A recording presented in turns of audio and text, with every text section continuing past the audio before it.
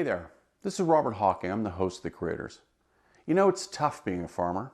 Hard work, climate uncertainty, growing debt levels, and young people leaving traditional family farms to pursue opportunities in the city. When we think of food insecurity and how it might affect all of us, look no further than the people we rely on to feed us. This three-part interview is dedicated to an amazing entrepreneur who has made his passion changing the economic conditions under which Thai rice farmers live and prosper. His name is Neil Dejkraisak, who runs his business Jasberry from Bangkok, Thailand. Rice growing in Thailand is tied up in the country's sense of itself.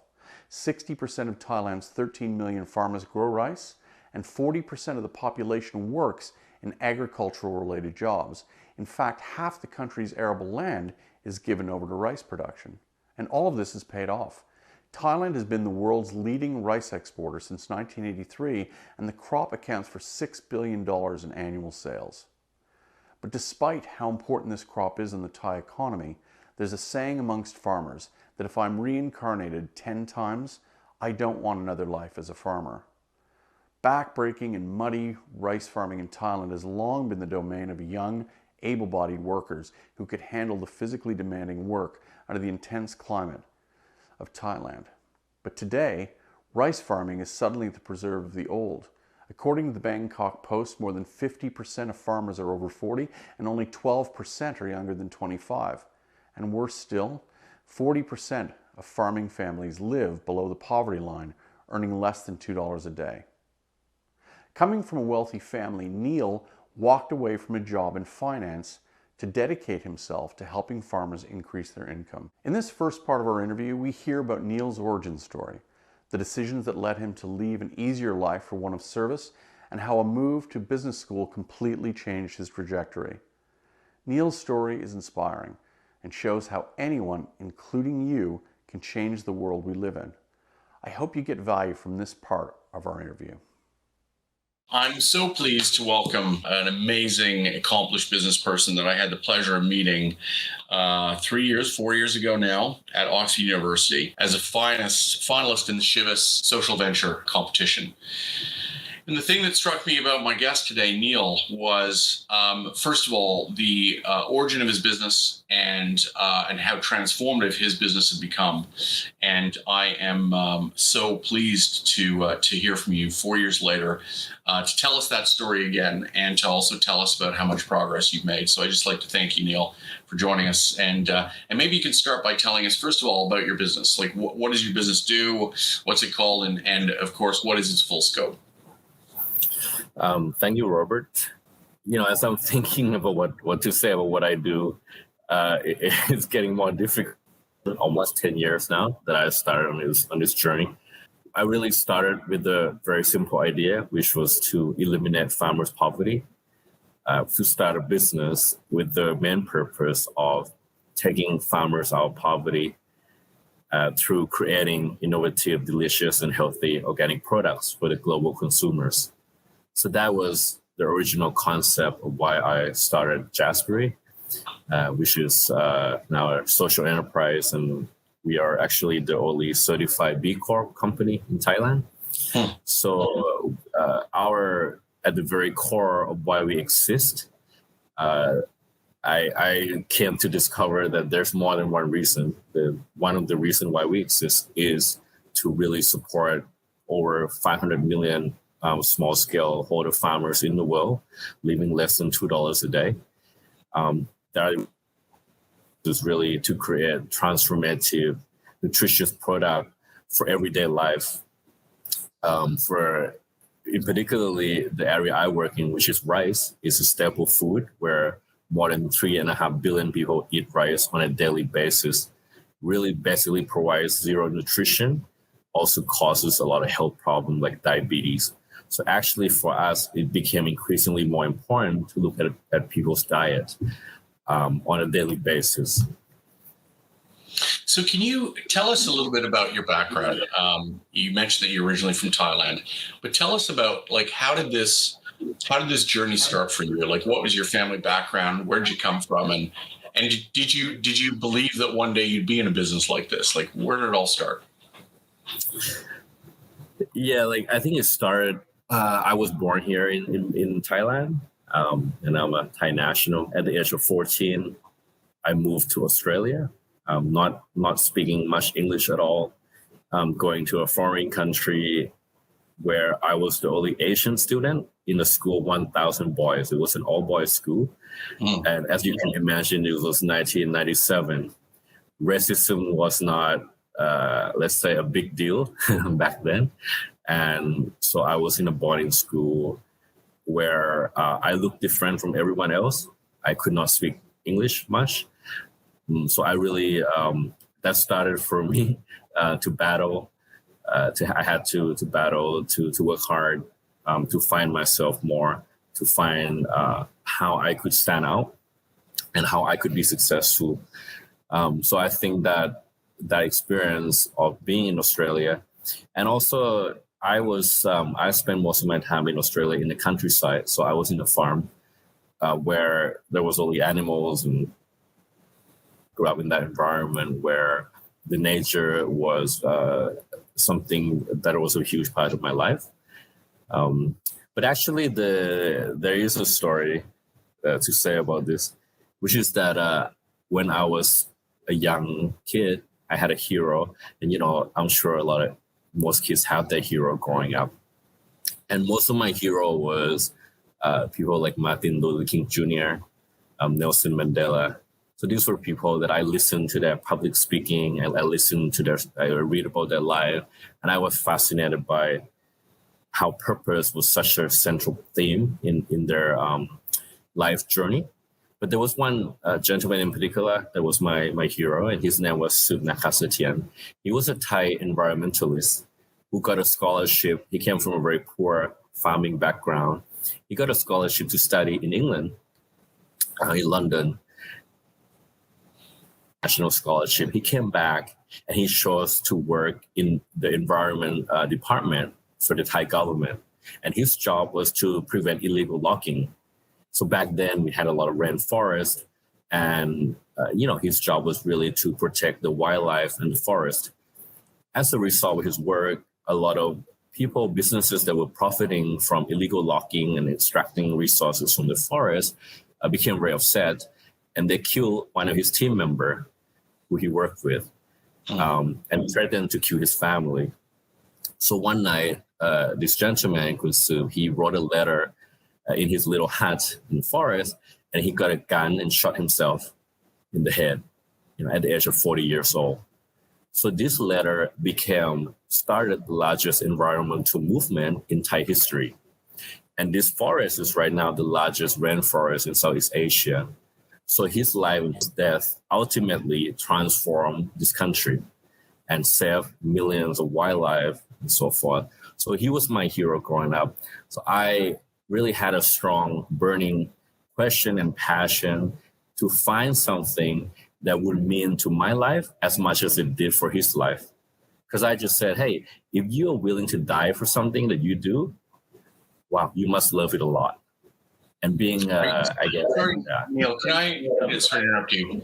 Are you saying that was something that when you were young you realized was something that's going to be important to you? Yes, wow. It was. I was a very curious child. I was one of those kids who always asked questions like, why? Why does this happen? Why? Oh. So I was always looking for the why. And when I came across his story, his why fascinated me. I said, how does this person work? He got a scholarship. He was very intelligent. He could have worked anywhere and got a good career. He is from a poor family himself. So he had a lot of reason to have a better life for his parents and his wife and his children. But yet he chose to do something that he really believed in that actually wasn't for himself. It was for, in this case, for trees, for animals, and for the country. So it really fascinated me. And I remember going to Australia. I had already had this seed inside of me, and I was 16 years old. I remember sitting in a school bus, and we had an excursion to Sydney Opera House. So I was with my best friend at the time, Duncan. So we were 16, we were sitting in a bus, And Duncan asked me, he said, "Hey, Neil, what do you want to do when you grow up?" And I said, "You know what? I want to be an environmentalist. I want to go back to my country and work to protect the environment, like my hero." And I said, "So Duncan, what do you want to do?" So Duncan is this, blonde hair, blue eye, surfer, Aussie kid. And he said, "I want to go to Africa. I want to start a school to help underprivileged children in Africa." So we were 16, and this was a very short conversation. Fast forward 10 years, I was 26, and I was an investment banker. So I was, wearing a suit to meeting CEOs and wealthy people, and I got a school newsletter from my high school. So I had lost touch with Duncan after university because back then we didn't have Facebook and all of that. So I never read this publication. They always just send me a newsletter to ask for donation. That's what high schools do. And in this instance, I actually opened it up. It was my office, and there was an alumni coverage. And I opened up and I saw this page of this guy with the very old shirts, ripped pants, and he was surrounded by African children. And I started reading this story, and I said, "Oh, this is Duncan." So I recognized him straight away, and I said, "Oh." So I started reading it, and as it turned out, he got a national scholarship. So he was one of the top performers in Australia. When he graduated out of high school, he studied education, and he moved to Africa to pursue his passion. And it just brought back, so many emotions and memories, and realizing that, man, what am I doing with my life? So the next day, I quit my job. I went to see my boss, and I said, "Look, I'm quitting." And he said, "What are you going to do?" And I said, I'm going to do something that I always wanted to do in my life, which is to make a difference.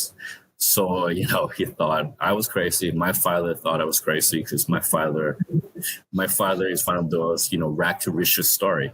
My father came from a very poor family with 5 siblings, with a single mother. And he was a self-made millionaire. So my father, when he knew that I had quit my job, he called me out and he's like, what are you doing? And I said, "Look, I need some time off. I need to rethink where my life is going." And so that, I would say, started this journey to lead me to where I am today.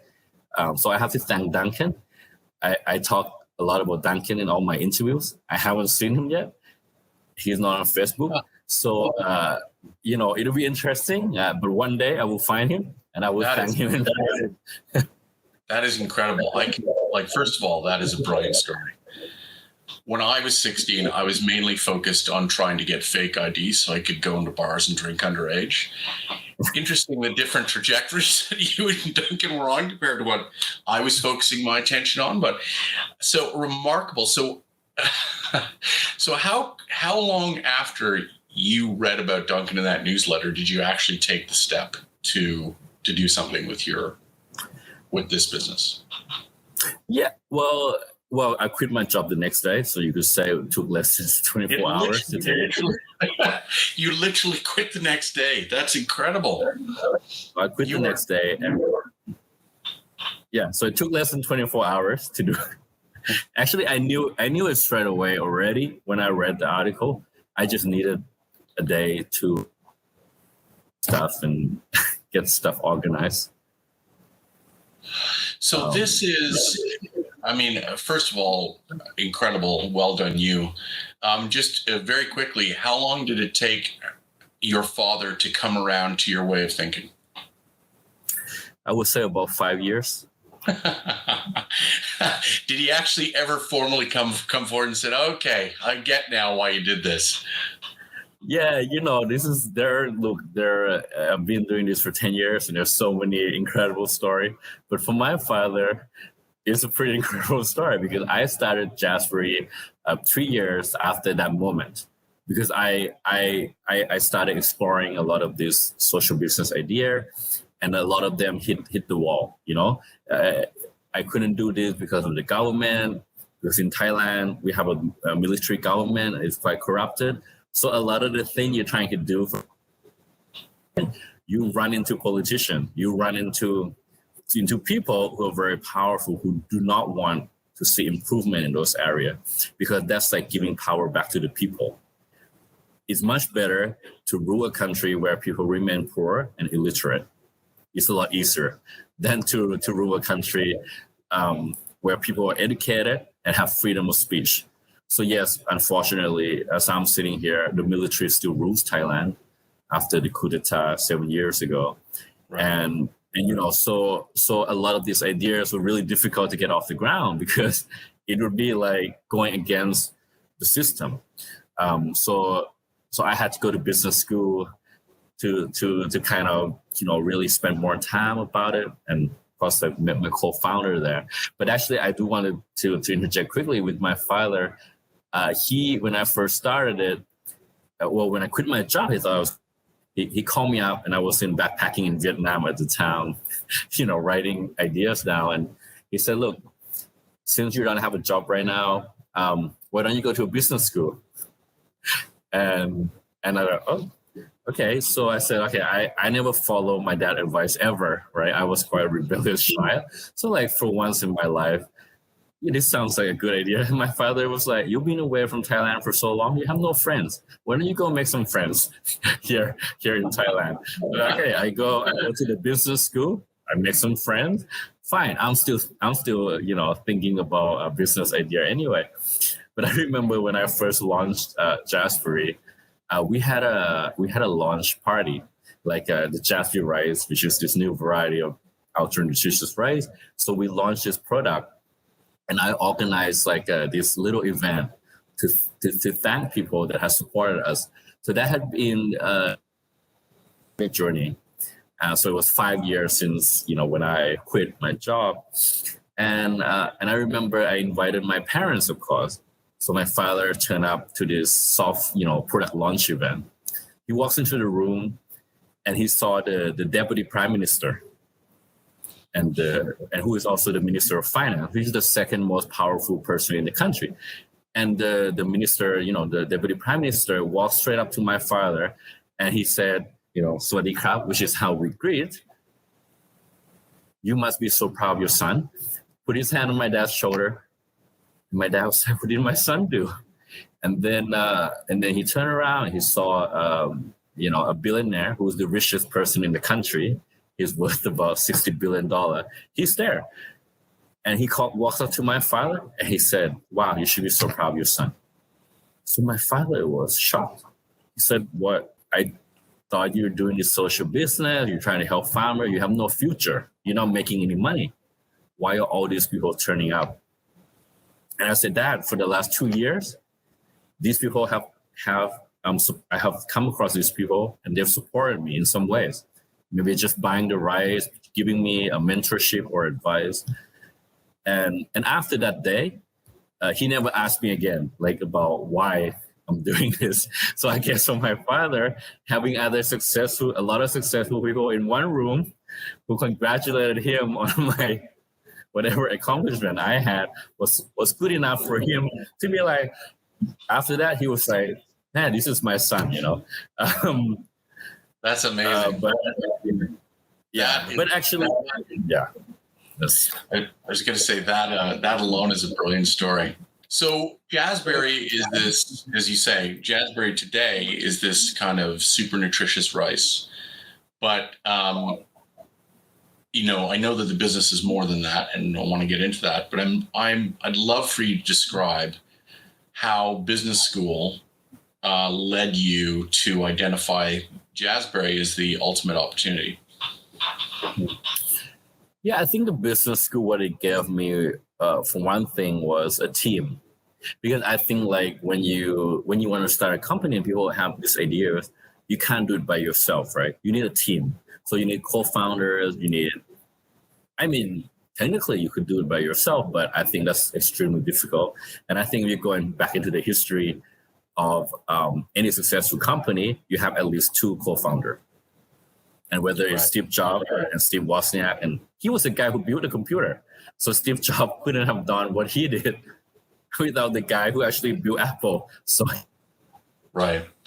yes, so I think the first thing that it gave me in the business school is to meet people, to meet like-minded people, to meet people who are passionate about business, who are passionate about entrepreneurship, and who are also on your wavelength. They had good education, they have been exposed, they've traveled internationally. So there's a lot of people with a similar mindset. So I would say like that gave me the foundation and confidence to be like, I'm not alone. And the second, I think, is particularly where I went to Satsin Business School, which is partnership between Satsin, Wharton, and Kellogg in the United States.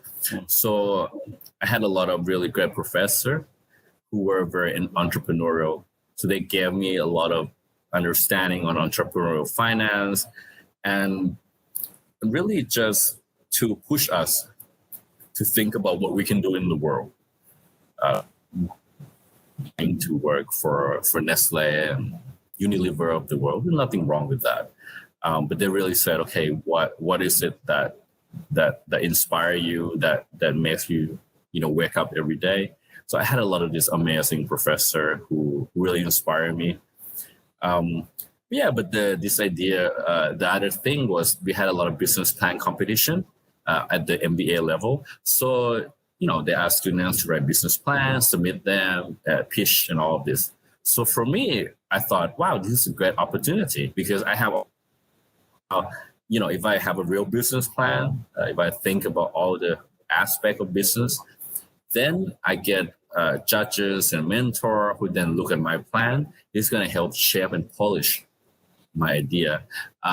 So this is how Jasberry was first started. Was in I think it was 10 p.m. one night, me and 4 or 5 people, and we already decided we're going to do a business plan together as a student team, MBA student team. And I remember, we just had this conversation. I said, why don't we do a social business? And then they were like, what do you mean? I said, well, why don't we do a business that has a social mission at the core? It can still be profitable and scalable and everything else that the other businesses can be, but exists for something much more meaningful. So I said, okay, so what this? And I said, well, I've been reading about, at the time, this was 2011, Thailand had a lot of news about rice pledging scheme. And rice pledging scheme is very simple. It's the idea that the price of the rice, the global price of the rice fluctuates a lot. So the government said, we're going to guarantee a purchase price for the rice. And in principle, people might think, oh, this is a great idea. The farmer is going to be able to sell rice at a higher price. But at the time, there was just a lot of negative news about corruption, that the money never reached the farmer. Actually, it reached the rice mill, which were owned by politicians. So this was like everywhere. And I started learning more about this problem of farmers' poverty and find out that in Thailand, we have almost 17 million people who are rice farmers in the country, and they're living less than $1 per day. They're earning less than $1 per day. That is 6 times below the poverty line in Thailand. And this is 25% of the country. This is 1 in 4 person. And I said, this is incredible. In Bangkok, if anyone's ever been to Bangkok, it's one of the big cities in the world. And you would not think that there is this kind of poverty that exists in Thailand, or that the 1 in 4 person is suffering from this. So I started learning more, and I said, wow, why, as a Thai person, I don't even know this. And none of my friends know this. And I said, this is huge. This is crazy. So I started to dig more and more. And I said, look, our social enterprise, can tackle this problem. And so, my friends were like, oh, so how do we start? How do we take this? And I said, look, we need 2 things to be successful. We need innovation and we need marketing. So we need something that's going to make us different, which is innovation. And marketing is just communicating that to the consumers. And I said, okay, so we're going to look for the best rice innovation in the world. So I asked this question. I said, okay, so how are we going to find this? And I said, okay, I'm going to find the best rice scientists in the world. This is the end of the first part of our interview. Click on part 2 to find out how Neil discovered that the world's leading crop scientist was in his own country and how he convinced him to collaborate on changing the lives of farmers. And of course, if you like this video, please hit like and subscribe.